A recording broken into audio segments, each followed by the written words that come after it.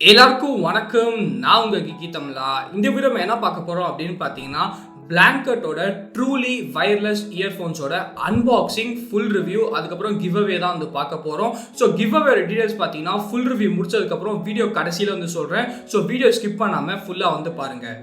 வாங்க ஆரம்பிக்கலாம்.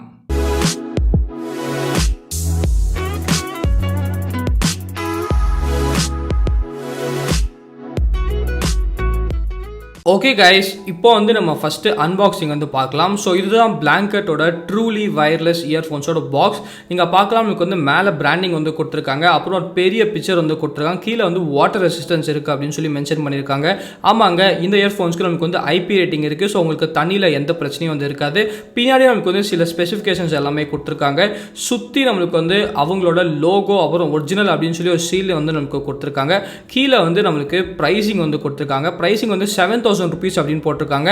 ஆனால் ஈஸியாக வந்து உங்களால் வந்து ஒரு 3,500 rupees இல்லாட்டி 4,000 rupeesக்கு அமேசான் வந்து வாங்க முடியும். பாக்ஸ் ஓப்பன் பண்ண உடனே பார்த்தீங்கன்னா எனக்கு வந்து ப்ளூ டாட் பர்ஃபெக்ஷன் அப்படின்னு சொல்லி கொடுத்துருக்காங்க. ஸோ அவங்க ப்ராடக்ட் வந்து அவ்வளோ பர்ஃபெக்டாக இருக்கும் அப்படின்னு சொல்லி எனக்கு வந்து தெரிவிக்கிறாங்க அப்படின்னு நினைக்கிறேன்.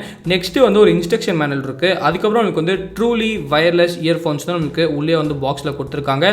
ஸோ இயர்ஃபோன்ஸ் பார்க்க வந்து ரொம்ப ரொம்ப நல்லா இருக்குது. ப்ளஸ் அந்த மேட் ஃபினிஷ் இருக்கிறதுனால சூப்பராக இருக்குது. அப்புறம் நமக்கு வந்து ஒரு மைக்ரோ யூஎஸ்பி கேபிள் வந்து கொடுத்துருக்காங்க.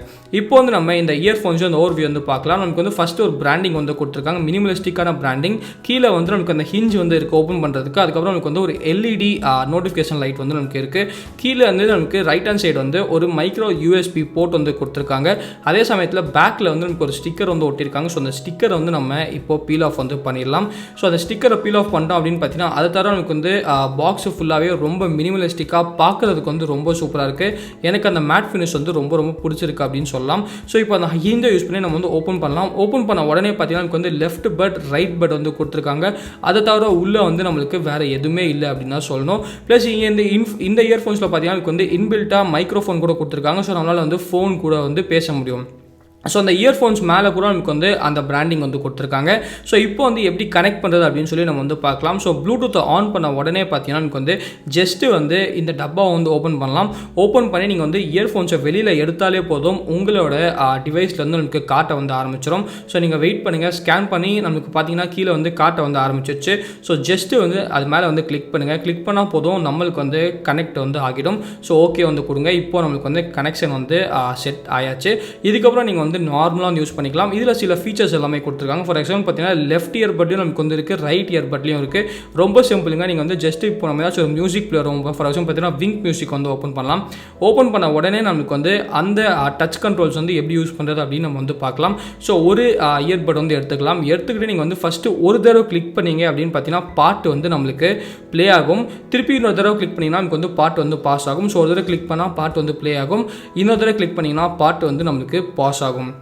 அப்புறம் நீங்கள் வந்து 2 தடவை கிளிக் பண்ணிங்கன்னா உங்களுக்கு வந்து அடுத்த பாட்டுக்கு வந்து போகும். ஆனால் இதில் சேடாக பார்த்தீங்கன்னா உங்களால் வந்து பழைய பாட்டுக்கு வந்து வர முடியாது. உங்களால் நெக்ஸ்ட் சாங்குக்கு மட்டும்தான் போக முடியும். ஸோ ப்ரீவியஸ் சாங்குக்கு வந்து உங்களால் வந்து வரவே முடியாது. அதுக்கப்புறம் நீங்கள் வந்து இதை யூஸ் பண்ணி கால்ஸ் வந்து அட்டன் பண்ணலாம். அப்புறம் கால்ஸ் வந்து உங்களால் ரிஜெக்ட் கூட பண்ண முடியும்.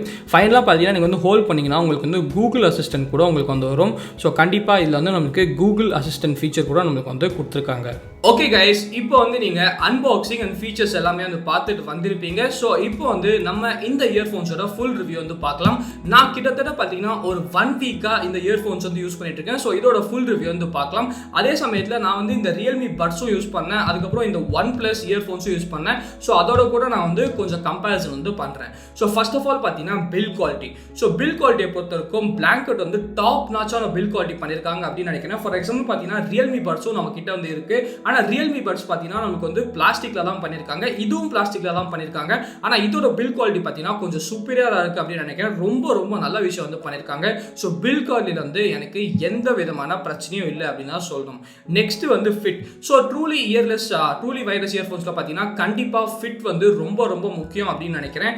ஏன் அப்படின்னு பார்த்தீங்கன்னா நம்ம வந்து எந்த விதமான வயரும் இதில் இருக்க போகிறது. ஸோ கீழே விடுறதுக்கு வந்து நிறைய வாய்ப்பு வந்து இருக்கும். ஆனால் அந்த ஃபிட் பிரச்சனை வந்து இதில் கண்டிப்பாக இல்லவே இல்லை அப்படின்னு சொல்லுவேன். நமக்கு வந்து எக்ஸ்ட்ராவாக 3 இயர் டிப்ஸ் கூட கொடுத்துருக்காங்க.